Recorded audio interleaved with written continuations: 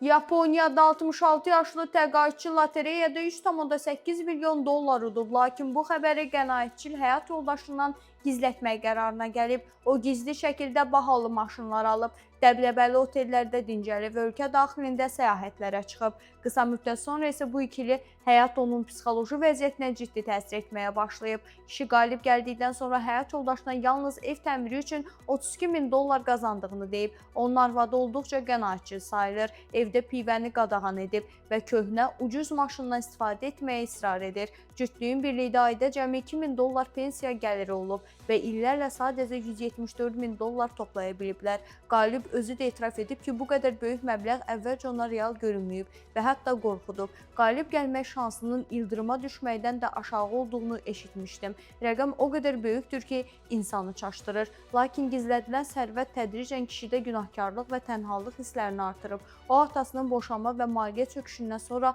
tənha şəraitdə öldüyünü xatırlayaraq narahatlıq yaşayıb və nəhayət maliyyə məsləhətçisinə müraciət edib. Nəticədə o, qazandığı məbləğin təxminən 3,2 milyon dollarını sığorta və sərmayələrə yönəldib və həyat yoldaşını, həmçinin uşaqlarını sığorta faydalananları kimi qeyd etdirib. Kişi bildirib, əgər bu pulu öz zəhmətimlə qazansaydım qürur duyardım, amma səylə gəlməyən bu sərvət mənə xoş olmayan xatirələri qaytardı və həyatımı alt-üst etdi. Bu qeyri-adi hekayə Yaponiyanın sosial mediasında böyük rezonans doğurub.